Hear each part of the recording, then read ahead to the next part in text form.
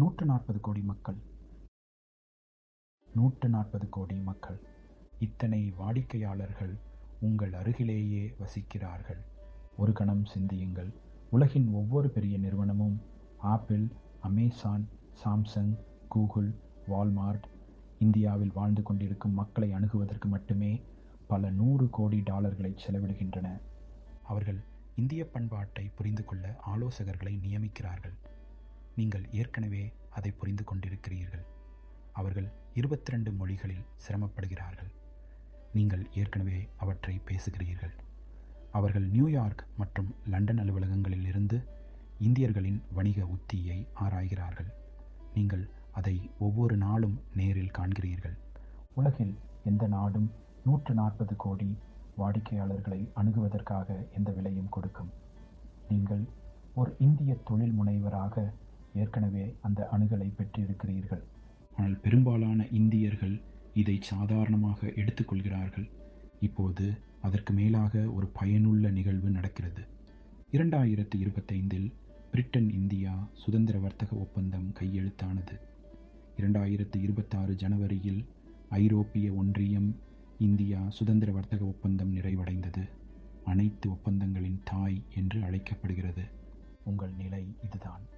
உலகின் மிகவும் விரும்பப்படும் வாடிக்கையாளர் தளம் ஏற்கனவே உங்களிடமே உள்ளது. இப்போது ஐரோப்பா மற்றும் பிரிட்டனின் கதவுகளும் திறந்துவிட்டன. இந்திய தொழில் முனைவோரின் எந்த தலைமுறையிடமும் இந்த இரண்டும் ஒரு சேர இருந்ததில்லை. இது உங்களுக்கு ஆச்சரியமாக இருக்கலாம். கடந்த 2000 ஆண்டுகளில் 17 நூற்றாண்டுகள் இந்தியா உலகின் மிகப்பெரிய பொருளாதாரமாக இருந்தது. சற்று யோசித்து பாருங்கள். 17 நூற்றாண்டுகள். ஐரோப்பியர்கள் இந்தியாவுக்கு வந்தபோது தங்கம் மற்றும் வெள்ளியில் பணம் கொடுத்தனர். ஏனெனில் இந்தியா விரும்பியது வேறு எதுவும் அவர்களிடம் இல்லை. இந்திய ஆடைகள் மிகவும் நுணுக்கமானவை. ஆங்கிலேயர்கள் அவற்றை நெய்யப்பட்ட காற்று என்று அழைத்தனர். காசு என்ற தமிழ் வார்த்தையிலிருந்துதான் ஆங்கிலத்தின் கேஷ் என்ற வார்த்தை வந்தது. சுகர், கேண்டி, காலிகோ, சின்ஸ் இந்த ஆங்கில வார்த்தைகள் இந்திய வர்த்தகத்திலிருந்து வந்தவை. இந்து கோயில்கள் வழிபாட்டு தலங்கள் மட்டுமல்ல, அவை கருவூலங்களாகவும் இருந்தன. தஞ்சாவூர் கல்வெட்டுகளில் துல்லியமான வட்டி விகிதங்கள், வணிக குழுக்களுக்கு வழங்கப்பட்ட கடன்கள், நிதி ஒப்பந்தங்கள் பொறிக்கப்பட்டுள்ளன. பேங்க் ஆஃப் இங்கிலாந்து தோன்றுவதற்கு 1000 ஆண்டுகளுக்கு முன்பே வணிகர்கள் கண்டங்களுக்கிடையே பணம் அனுப்ப வேண்டியிருந்த போது அவர்கள் ஹுண்டியை உருவாக்கினர். நவீன வங்கிக்கு நூற்றாண்டுகளுக்கு முன்பே செயல்பட்ட எழுத்துப்பூர்வ மாற்று ஆவணம். 2000 ஆண்டுகளுக்கு முன்பு தமிழ்நாட்டின் பாண்டியர்கள் நேரடியாக கிரேக்கம் மற்றும் ரோமுடன் வர்த்தகம் செய்தனர். ரோமானிய நாணயங்கள் தென்னிந்தியா முழுவதும் கண்டெடுக்கப்பட்டுள்ளன. ரோமானியர்கள் மிளகை கருப்பு தங்கம் என்று அழைத்தனர். அதன் விநியோகத்தை இந்தியா கட்டுப்படுத்தியது. சோழர்கள் ஆசியாவின் மிக சக்தி வாய்ந்த கடற்படையை உருவாக்கினர். பாரசீக வளைகுடா முதல் தென்கிழக்கு ஆசியா வரை வர்த்தக வழித்தடங்களை ஆதிக்கம் செய்தனர். தாய்லாந்து, இந்தோனேசியா, மலேசியா ஆகிய நாடுகளில் தமிழ் கல்வெட்டுகள் கண்டெடுக்கப்பட்டுள்ளன. நாட்டுக்கோட்டை செட்டியார்கள் கிழக்கின் வங்கியாளர்கள் என்று அழைக்கப்பட்டனர். மார்வாடிகள் ஆசியா முழுவதும் வர்த்தக வலைப்பின்னல்களை உருவாக்கினர். மலாக்கா முதல் கிழக்கு ஆப்பிரிக்கா வரை குஜராத்திகளுக்கு நிரந்தர பிரதிநிதிகள் இருந்தனர். பின்னர் அனைத்தும் சிதைந்தன. முதலில் காலனித்துவம். ஆங்கிலேயர்கள் இந்திய உற்பத்தி துறையை திட்டமிட்டு அழித்தனர். வங்காளத்தின் ஜவுளி தொழில் உலகின் பெருமை பிரிட்டிஷ் தொழிற்சாலைகளுக்காக அழிக்கப்பட்டது. பின்னர் சுதந்திரத்திற்கு பிறகு லைசன்ஸ் ராஜ். ஒரு வணிகம் தொடங்க 80 அனுமதி சீட்டுகள் தேவைப்பட்டன. 80 ஒரு ஸ்கூட்டருக்காக மக்கள் 8 ஆண்டுகள் காத்திருந்தனர். வணிகம் என்பது மரியாதைக்குரியவர்கள் செய்யாத ஒன்றாக மாறியது. உலக மொத்த உள்நாட்டு உற்பத்தியின் 24% 4% குறைந்தோம். ஆனால் ஞானம் ஒருபோதும் மறையவில்லை. ஆயிரக்கணக்கான ஆண்டுகள் பழமையான நூல்களில் பாதுகாக்கப்பட்டுள்ளது. ஆசிரியர்களால் எழுதப்பட்டது.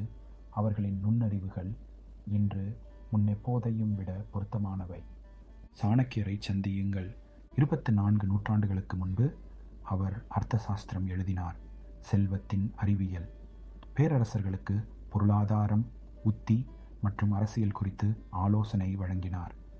அவர் எழுதினார், சுகத்தின் வேர் தர்மம், தர்மத்தின் வேர் செல்வம், செல்வத்தின் வேர் அரசு, அரசின் வேர் புலன்களின் மீது கட்டுப்பாடு.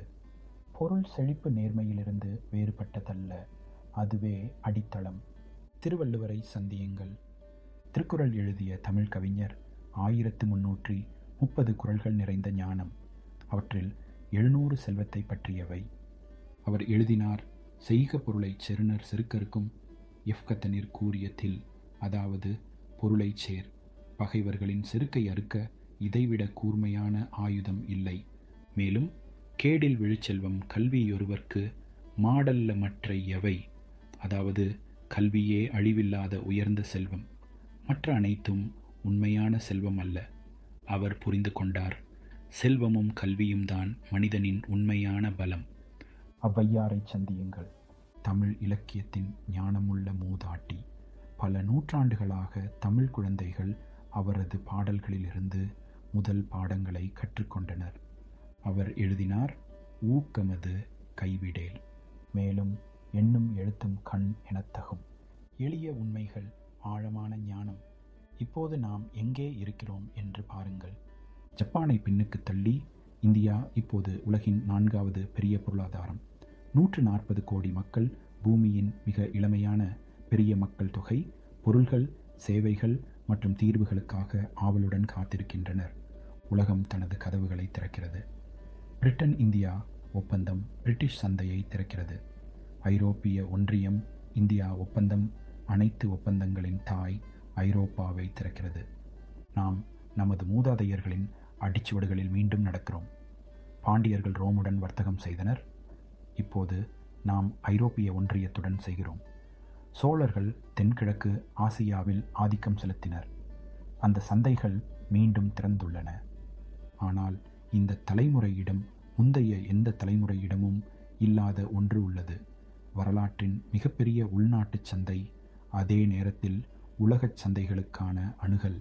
இந்திய தொழில் முனைவோரின் புதிய தலைமுறை உலகளாவிய வணிகங்களை உருவாக்குகிறது.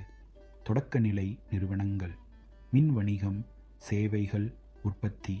ஆனால் வெற்றிக்கு வாய்ப்பு மட்டும் போதாது, ஞானமும் தேவை. தீர்க்க வேண்டிய பிரச்சனைகளை அடையாளம் காணும் ஞானம். வாடிக்கையாளர்களை புரிந்து கொள்ளும் ஞானம். உங்கள் வாசலில் இருக்கும் 140 கோடி வாடிக்கையாளர்களிலிருந்து தொடங்குவது. நிலைத்திருக்கும் பொருட்களை உருவாக்கும் ஞானம். இந்த தொடர் உங்களுக்கு வணிகம் கற்பிக்கும். நமது மூதாதையர்கள் புரிந்து கொண்டது போல நவீன தொழில் முனைவோருக்கான பண்டைய ஞானம். அடிப்படைகளிலிருந்து தொடங்குவோம்.